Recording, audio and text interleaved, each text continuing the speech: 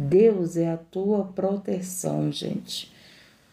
Você tem que entender isso, nós temos que entender que Deus nos protege, Ele é a nossa sombra, é o nosso esconderijo. Você tem que estar escondido em Deus, gente. Tão escondido em Deus que o mal para te encontrar, ele vai ter que ver primeiro Deus na tua vida. Por isso que o mal não pode nos tocar se Deus não permitir. Quando Satanás foi tocar em Jó, Deus permitiu, não é verdade? Satanás, ele pediu para tocar nos bens de Jó, na saúde, na família. Meu Deus, gente, não teve ninguém, eu não conheço ninguém que viveu a prova que Jó viveu. Se tem, eu não sei. Jó perdeu todos os filhos. Jó perdeu todos os bens. Ele era muito rico, gente. Jó perdeu a saúde. A esposa dele, que era para ajudá-lo, disse para ele morrer e abandonar o Deus dele. Mas Jó permaneceu firme, olhando para o Redentor, falando: o meu Redentor vive. E o que foi que aconteceu? Deus curou a Jó. Deus curou a Jó. Jó foi abandonado até pelos seus amigos, gente. Meu Deus, tem gente que diz assim: eu estou na prova de Jó. Quantos filhos tu perdeu? Tu perdeu todos os teus bens? Teu esposo é um louco? Tua esposa é uma louca? Tua saúde tá que nem a de Jó? Jó, ele sofreu muito, gente, com a doença que ele estava. É assim que você está vivendo. Tem gente que diz assim: eu estou na prova de Jó. Não está doente, não perdeu nenhum filho, não perdeu, tem os seus bens, né? Aí está dizendo que está na prova de Jó. Você perdeu alguém da tua família? Não, pois é, não perdeu ninguém. Você tá pobre, miserável, sem nada? Não. Então tá na prova de Jó? Não tá, né, gente? Mas os seres humanos querem estar nessa prova sem estar. Profetiza a bênção para a tua vida. Viva a palavra de Deus.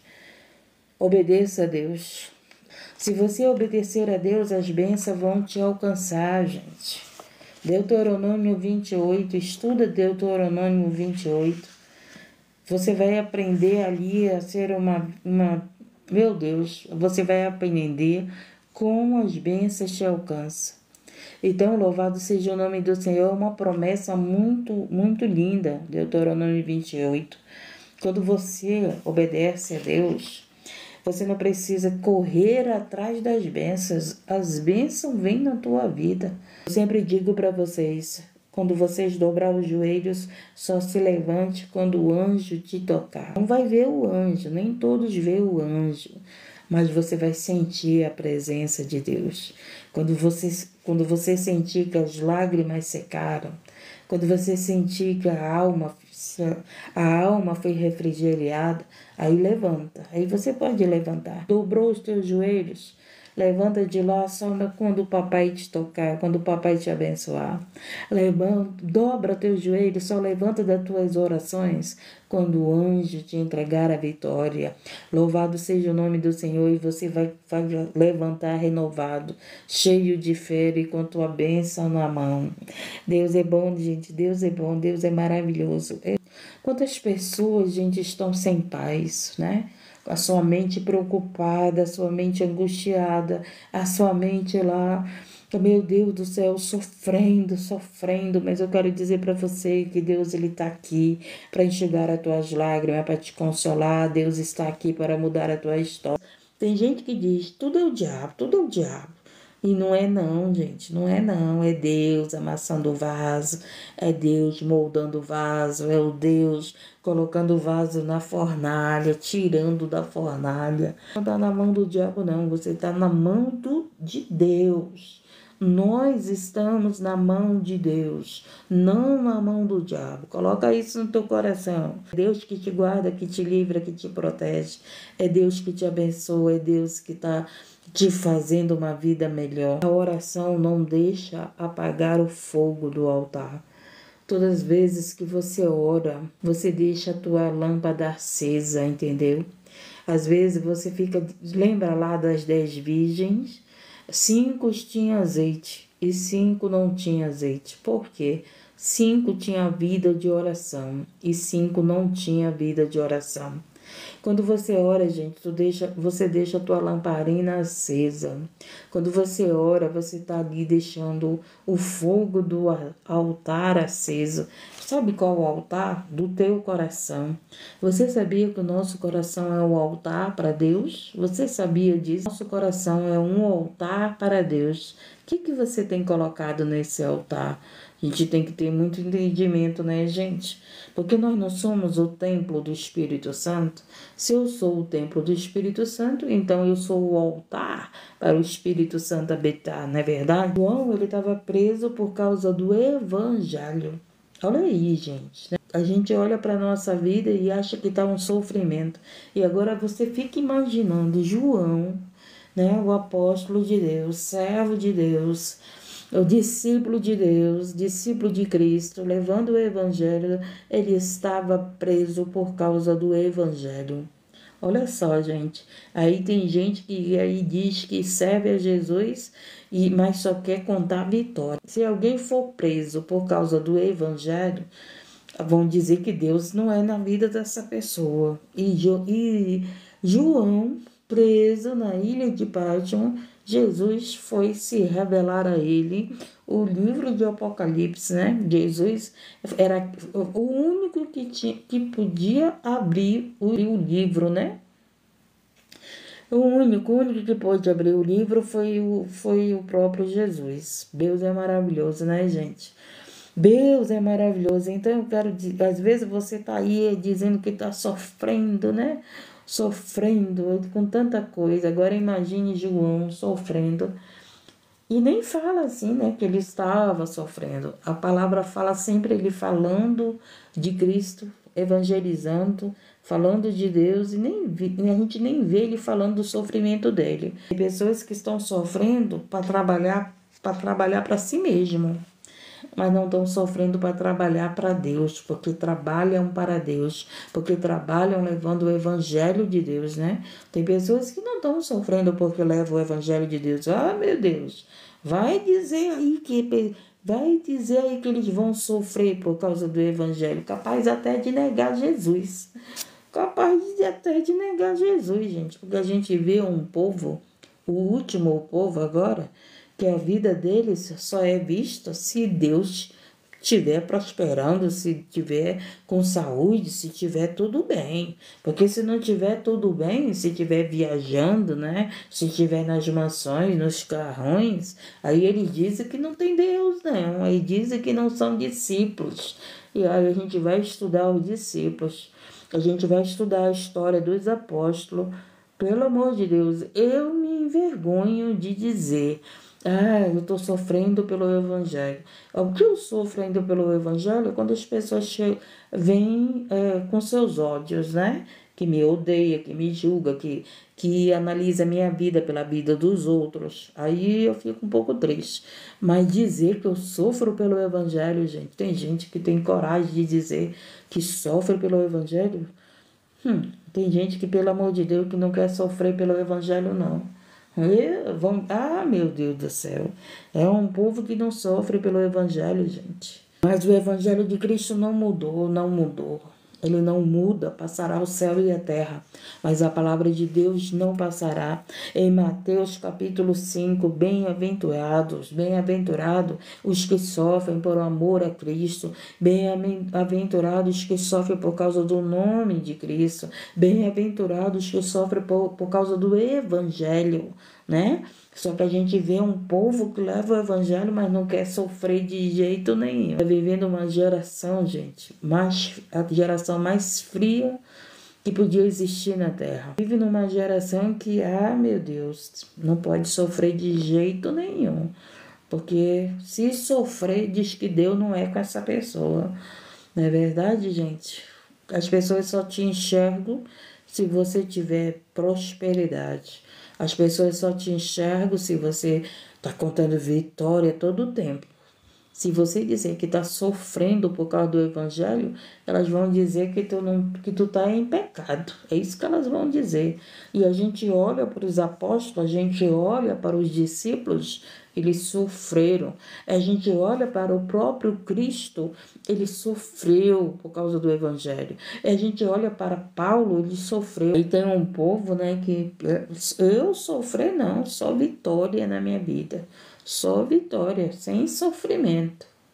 Tem um povo que não, o sofrimento não.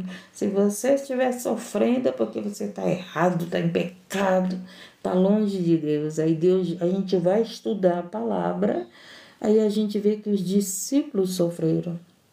A gente vê que os apóstolos sofreram, a gente vê que o próprio Cristo sofreu, né? As dores da crucificação, as dores da cruz, as dores da maldição. O próprio Cristo sofreu o juízo de Deus, né? Então, o próprio Cristo sofreu a ira de Deus pelos nossos pecados, pelos nossos pecados. Ele veio, sabe o quê? Para sentir a tua dor. Quando você está aí triste, ele sente a tua dor. Quando você está sofrendo, ele vem ao teu socorro. Quando você está sofrendo, quando você está passando por alguma coisa, o Senhor está trabalhando para te abençoar, para te dar a vitória. Então, às vezes, as pessoas não estão nem aí para o teu problema, mas tem um Deus que está aí do teu lado, que tem um Deus que ele vem e te cura, que tem um Deus que coloca pessoas para abençoar a tua vida, para te socorrer no momento que você precisa. Eu tenho amizade de todas essas religiões, gente, e respeito todas. Cada um tem a sua escolha, né? Então ninguém impõe, nem o próprio Cristo impõe. Você tem a sua escolha, ele não te obriga, ele não me obriga, mas não é porque você não segue o Evangelho de Cristo junto comigo que eu vou te odiar, que eu vou te desejar mal, que eu vou falar mal de você. Não, não vou. Eu falo mal da maldade. A palavra de Deus, o Evangelho da vida, o Evangelho da paz, o Evangelho da salvação. Jesus está voltando, gente. Jesus está voltando. Louvado seja o nome do Senhor, e o Senhor vai levar aqueles que têm o coração limpo. Porque tem pessoas que entregaram sua vida para Jesus, mas o coração está cheio de mágoa, de ódio, de vingança, desejando mal para os outros. E tem pessoas que o seu coração está um sepulcro caiado, né? Não pode ouvir a verdade, que já se afasta de você, porque querem viver a mentira, querem viver no orgulho, querem viver na soberba, querem viver no engano. Tem pessoas, quando você fala a verdade... Gente, Jesus, ele não tinha muitos amigos, não, porque ele era aquele que falava a verdade. Se você estudar a Bíblia, Jesus não tinha amigos. Poucos amigos, se contava no dedo os amigos que Jesus tinha. Por quê? Porque ele falava a verdade. Pessoas não gostam daquele que fala a verdade. Pessoas gostam daqueles que bajulam eles, daqueles que dizem assim, não tem nada a ver, continua no erro, né? Continua no erro, não, teu nome está escrito no livro da vida, tu és salvo por Cristo. Tu és salvo por Cristo, continua te sujando, né? Somos salvos por Cristo, nós somos limpos por Cristo. Nós não somos salvos por Cristo para continuar sujo. Nós somos salvos por Cristo para nos limpar todos os dias. Amém? Vamos para a palavra. Apocalipse capítulo 3, no versículo 7. Vamos lá para a palavra. Mensagem à igreja de Filadélfia. Olha aí, hein? Olha aí, as cartas, né, às igrejas. E o anjo da igreja que está em Filadélfia escreve isto e diz o que é santo e o que é verdadeiro, o que tem a chave de Davi, o que abre ninguém fecha, e fecha e ninguém abre. Jesus é o único que tem a chave, que pode abrir a porta para nós entrarmos no céu. E ele é o único que tem a chave para fechar a porta, para não entrarem no céu. Jesus, ele é aquele que venceu a morte e ele tem a chave da morte. E ele tem a chave da vida. Então o Senhor Jesus, né? Muitos temem muitas coisas, mas não temem que a sua alma pode ser lançada fora do céu, né? Então, às vezes, as pessoas se preocupam tanto com a sua prosperidade, com a sua vida na terra. As pessoas se preocupam tanto com seus sonhos, projetos na terra. Mas eu quero dizer para você, quando você coloca o teu coração nos teus projetos na terra, você tira o teu coração dos projetos do céu. Deus, ele tem propósito na tua vida para realizar aqui na terra. Mas os propósitos de Deus, gente, não são os nossos propósitos. O propósito de Deus, gente, é diferente dos nossos propósitos. Por isso que Jesus, ele fala na palavra dele que nós temos que negar a nós mesmos, renunciar a nós mesmos e carregar uma cruz. E você quer renunciar os teus propósitos para carregar uma cruz? O que é carregar a cruz, gente? É levar o evangelho a toda criatura. Você acha que levar o evangelho é um trabalho fácil? Você acha que levar o evangelho é um trabalho de lazer, um trabalho de mordomia, de riquezas, como muitos aí pregam? Não, gente. Levar o evangelho é carregar uma cruz. Levar o evangelho é muitas das vezes você não ter onde dormir, você tem apenas uma refeição ao dia. Levar o evangelho é repartir o pão. Levar o evangelho é você trabalhar para Deus, trabalhar para as almas, para os necessitados, para aqueles que estão nas trevas. É para você levar o evangelho a pessoas que estão sem amor e você falar do amor de Cristo por essas pessoas. Então você renunciaria o teu trabalho para servir a Jesus? Você renunciaria o teu trabalho para trabalhar para Jesus? Você renunciaria os teus sonhos para viver os sonhos de Deus? Nós somos capazes de renunciar os nossos sonhos para viver os sonhos de Deus? Mas eu quero dizer que os sonhos de Deus são maiores e melhores do que os nossos. Os sonhos de Deus, José, ele foi capaz de renunciar muitas coisas. José, ele renunciou, louvado seja o nome do Senhor, um adultério. José, ele renunciou ali a vingança contra os seus próprios irmãos que tinham invejado, que tinham o traído, né? José, ele foi invejado pelos seus próprios irmãos. E José, ele renunciou tudo aquilo. Para quê? Para seguir a Deus, para obedecer a Deus. E por causa dessa obediência de José, Deus cumpriu um grande sonho na vida de José. Então Jesus, ele tem a chave da porta do céu. E nós temos que estar preparados para entrar no céu, gente, porque nós, como igreja, não podemos estar com a lâmpada apagada. Você não pode estar sem azeite, você não pode estar sem a palavra na tua mente e no teu coração. Você não pode estar com teu coração no mundo. Você está no mundo, mas o teu coração está em Deus, o teu coração está no céu, o teu coração está em Cristo, o teu coração tem que estar, o teu pensamento tem que estar no alto, gente, no alto. Os teus pensamentos não podem estar na terra. Louvado seja o nome do Senhor, engrandecido. Então Jesus, ele tem a chave, né? Ele tem a chave do reino do céu. E diz aqui: eu sei as tuas obras, eis que diante de ti te pus uma porta aberta, e ninguém pode fechar, tendo pouca força, guardaste a minha palavra e não negaste o meu nome. Então, não adianta, por isso que eu não falo da minha vida, gente. Sabe por quê? Porque eu estou aqui para falar do evangelho. Eu só falo da minha vida quando o Senhor toca, né, no meu coração, para ser um exemplo de fé, de testemunho, para agradecimento.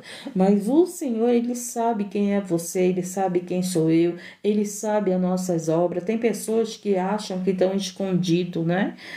nos seus pecados ocultos. Não adianta, porque Deus vê o teu pecado oculto, Deus vê os nossos pecados ocultos se nós tivermos.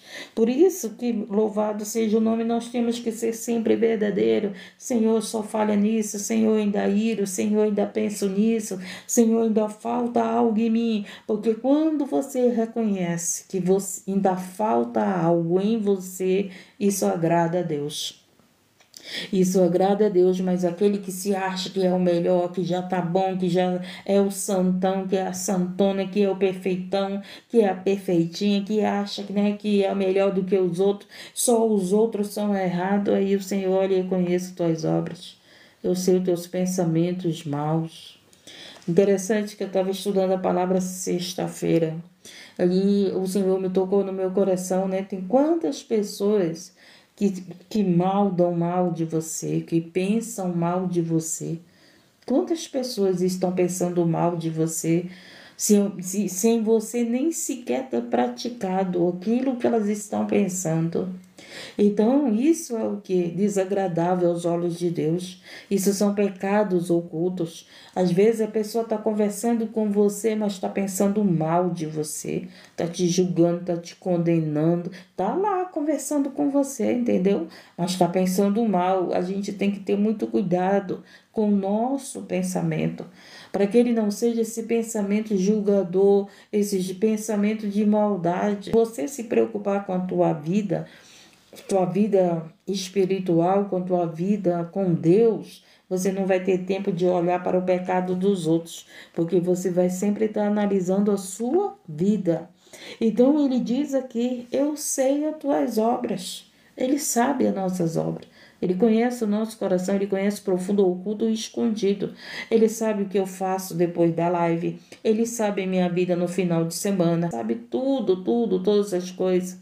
Não adianta a gente querer dar uma de perfeitinho e as escondidas não ser esses perfeitos. Porque não tem ninguém na terra perfeito, gente. Não tem. Nós estamos em processo de libertação. O Senhor está nos libertando a cada dia com a palavra de Deus. Conhecereis a verdade vos libertará. Tem pessoas que não buscam a palavra, tem pessoas que não têm vida de oração, tem pessoas que não têm prática da palavra, tem pessoas que não se limpam, vive do templo, mas quando sai do templo vão para a sujeira. Nem parece que saiu do templo. Sei as tuas obras, eis que adiante de ti pus uma porta aberta e ninguém a pode fechar. Tendo pouca força, guardaste a minha palavra e não negaste o meu nome. Não sei qual é a luta que você está passando, não sei qual é a angústia, o sofrimento, o problema. Você está assim, se sentindo com pouca força, mas guarda a palavra de Deus no teu coração. E não nega o nome de Jesus, porque as lutas, gente, as dificuldades, os problemas que está aí aumentando é para nós negar o nome de Jesus. Então, o que eles querem, o que o inimigo da nossa alma quer?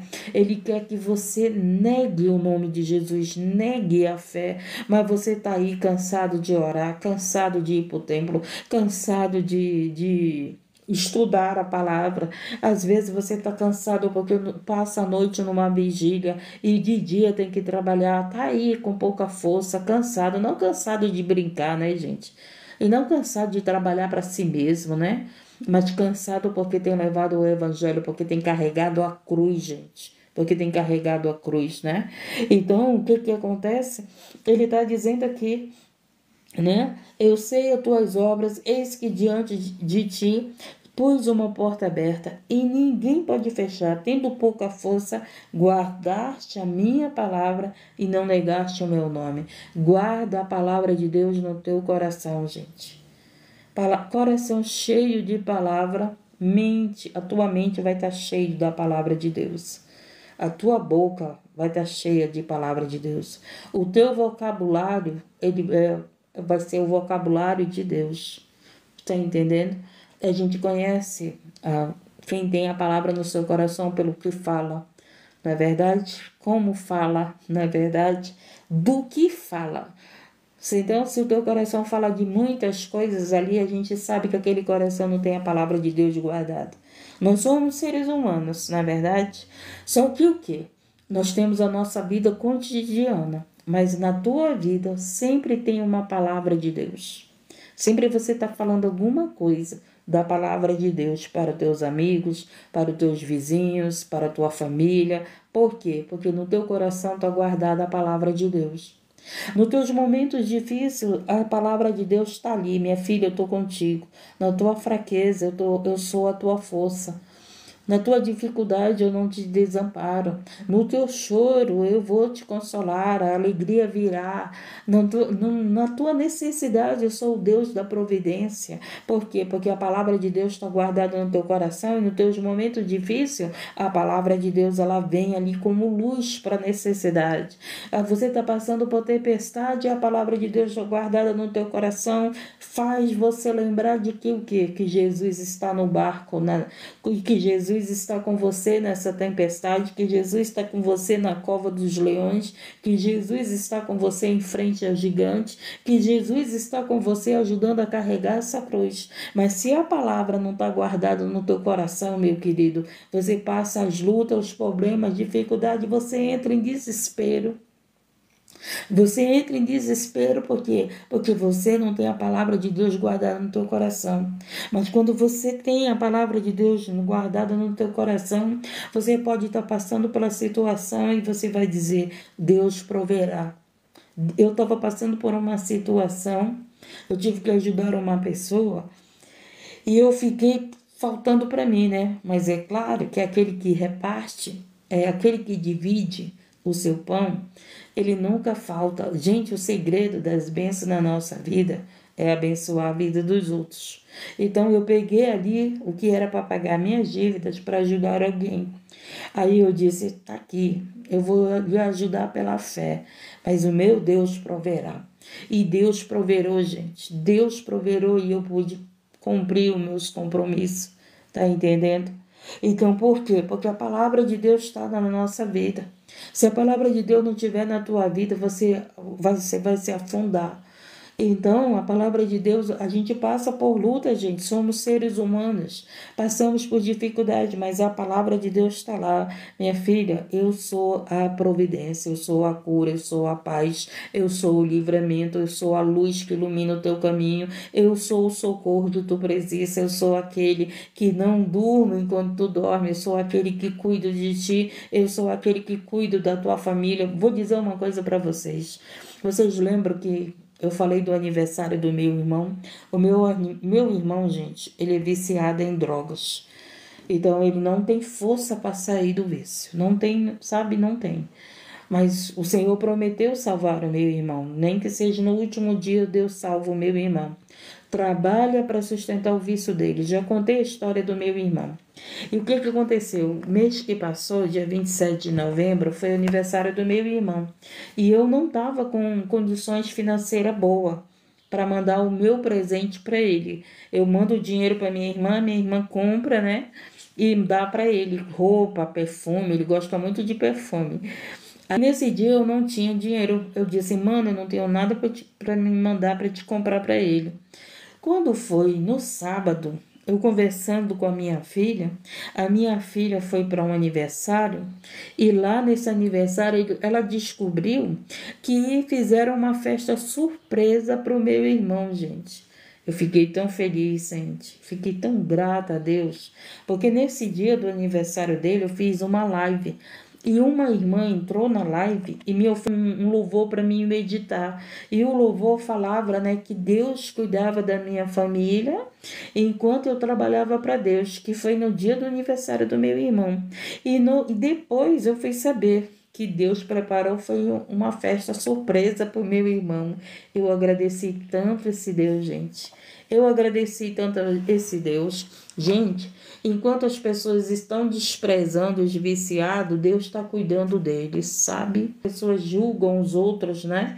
Deus está lá e cuida da tua família por amor a ti, porque você trabalha para Ele, porque você está orando por vidas que não faz parte da tua família e Deus está cuidando dos teus. E eu fiquei muito grata com Deus, muito grata com o Senhor. Então, a palavra de Deus, ela te sustenta, gente. Não sei o que você tem vivido, mas eu quero dizer para você o que ele está dizendo aqui. tendo pouca força, guardaste a minha palavra e não negaste o meu nome. Não negue o nome de Jesus. As lutas, dificuldade, o inimigo, o reino das trevas, o reino do mundo vai querer fazer nós negarmos o nome de Jesus, gente. Aquele que está enraizado no dinheiro, ele vai negar o nome de Jesus. Por quê? Porque o seu coração está no dinheiro. Mas se o teu coração estiver no Senhor, tu não vai negar o nome de Jesus. As dificuldades, as lutas não serão motivo para você negar o nome de Jesus. Então, o que Deus prometeu para você não foi o reino da terra, foi o reino do céu. O que Jesus prometeu para nós foi o reino do céu. Não foi o reino da terra. Ele disse que o reino dele não é desse mundo, gente. Então as pessoas, elas querem reinar nesse mundo, elas querem ser os maiorais nesse mundo. Não, nós somos as pessoas desprezíveis desse mundo. Nós somos as pessoas odiadas, nós somos as pessoas rejeitadas por esse mundo. O mundo nos odeia, o mundo odiou o próprio Cristo. Imagina nós que levamos o evangelho de Cristo. Eis que eu farei aos da sinagoga de Satanás, que se dizem judeus e não são, mas mentem. Eis que eu farei que venham e adorem prostra aos teus pés, e saibam que eu te amo. Então o Senhor, Ele ama a igreja de Filadélfia. O Senhor, Ele ama a igreja que está sem força, né? Que está aqui, ó, que está sem força. Ele disse aqui, tendo pouca força, que está se arrastando já no caminho, né? Mas Ele não te abandona, né? Ele é contigo. E Ele diz mais, que Ele te ama, que Ele nos ama. Então o Senhor te ama, gente. O Senhor ama a igreja dele. O Senhor ama a igreja representada por Filadélfia, né? Ele sabe a tua força, Ele sabe a minha força. A única coisa que Ele diz para nós, não negue a Jesus. Continue aí, continue na fé, continue servindo ao Senhor, continue com teu nome escrito no livro da vida, continue esperando a vinda de Jesus, não negue a Ele, porque Ele te ama.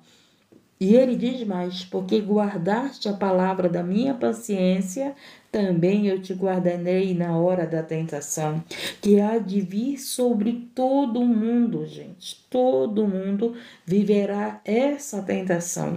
E Ele está dizendo o que Ele vai nos guardar. Olha só, Ele te guarda no dia da tentação, dessa tentação que virá sobre todo mundo. O Senhor guardará os dele, guardará aqueles que não negaram o nome dele. E ele diz, eis que venho sem demora, guarda o que tens, para que ninguém tome a tua coroa. A coroa representa a salvação. Então, não guarde o que tens, para que ninguém roube a tua coroa. Então, podem roubar a nossa salvação. Como, irmã? Se você negar a Jesus. Se você negar a Jesus, você perde a sua salvação. E ele diz, a quem vencer, eu farei coluna do templo do meu Deus. Deus, e dele não se sairá. Escreverei sobre ele o nome do meu Deus e o nome da cidade do meu Deus, a nova Jerusalém, que desce do céu do meu Deus, e também o meu novo nome. Quem tem ouvidos, ouça o que o Espírito diz à igreja. Então, ele diz bem claro, a quem vencer, nós ainda não vencemos. Nós só vamos vencer quando nós sairmos dessa terra e estivermos no céu. Aí a gente pode dizer que nós vencemos a batalha. Porque ainda, gente, nós vivemos em batalha. O inimigo está querendo me tirar do caminho do Senhor. O inimigo está querendo te tirar do caminho do Senhor. O inimigo das nossas almas, ele quer que você negue a Jesus. Que eu negue a Jesus. Então, por isso que o Senhor disse que nós temos uma cruz para carregar, gente. Porque as dores vão aumentar. Por que vai aumentar as dores? Porque eles querem que a gente negue. Lembra lá que Jesus foi para a cruz e passou por todo tipo de dor, gente. Para que ele negasse que o Pai, o próprio Satanás, foi até Jesus, através do Espírito Santo, foi levado para o deserto. E o que aconteceu? Ele tentou Jesus para Jesus negar negar que ele era o Filho de Deus, que ele era o Salvador. Satanás, ele quis confundir a mente de Jesus. Satanás, ele quis colocar uma dúvida na mente de Jesus, oferecendo o reino do mundo. Olha só, ele ofereceu o reino do mundo para ele ser o poderoso no mundo. Foi isso que Satanás fez com Jesus, gente. E tem gente aí te oferecendo o reino do mundo. E essas pessoas que te oferecem o reino do mundo são enviados do maligno para te oferecer o reino do mundo. Porque os enviados de Deus, eles vão te oferecer o reino do céu. O que o Senhor tem para você é maior e melhor. Os propósitos de Deus para a tua vida é maior e melhor. Os sonhos de Deus para a tua vida é maior e melhor. Aos teus olhos parece que não é. Aos nossos olhos parece que não é. Por quê? Porque é uma cruz assim carregada. Você está carregando a tua cruz, eu estou carregando a minha cruz. Mas essa cruz, ela é o passaporte da nossa salvação. Porque a cruz que Jesus carregou foi a nossa libertação. A cruz que Jesus carregou foi ali, ele cumpriu o quê? Ali a palavra a qual ele disse que ele foi maldito, que ele levou sobre si todos os nossos pecados. Todos os nossos pecados. A nossa dívida foi paga quando o Senhor viveu, carregou aquela cruz. E ele mesmo disse que nós iríamos carregar as nossas cruzes, que significa o quê? Nós iríamos sofrer pelo amor do Evangelho. Nós iríamos sofrer pelo amor do Evangelho. Eu tenho certeza que você tem sofrido por amor do Evangelho. Você tem sofrido por Cristo. Você tem sofrido por não negar a Cristo. Porque aquele que tudo vai bem, gente, precisa consertar a sua vida. Porque os verdadeiros que servem a Jesus têm chorado e gemido. Os verdadeiros que servem a Jesus têm carregado uma cruz, gente, né? Os verdadeiros que servem a Jesus, ora está chorando, ora está sorrindo, mas ora está ali na pouca força. Senhor, não estou aguentando mais. E o Senhor diz, mas tu não está negando o meu nome. Nessa tua pouca força, não nega meu nome, não nega meu nome, não perde a tua salvação, não perde. Então, nos últimos tempos, muitos irão perder a sua salvação. Sabe por quê? Porque vão negar a Jesus. Vão negar a Jesus, gente. Já estão negando a gente já vê pelas práticas. A prioridade é o dinheiro. A prioridade não é mais as vidas. A prioridade não é mais chorar pelas almas perdidas. A prioridade não é mais os interesses de Deus, é os seus interesses. A prioridade não é o trabalho do Evangelho, é os seus trabalhos, usando o Evangelho para as suas prosperidades.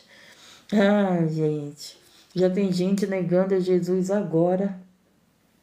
Imagine quando as coisas ficarem, as dores aumentar mais ainda.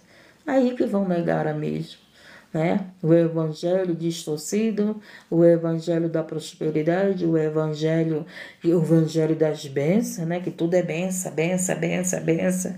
Nunca tem uma cruz para nós carregarmos, está fora da palavra, né? Bem-aventurados que choram, porque serão consolados. Bem-aventurados aqueles que sofrem, porque serão consolados, se alegrarão no Senhor. Bem-aventurados são aqueles que são pobres de espírito, necessitados de Deus. Tem tanta gente aí que não é mais necessitado de Deus, né?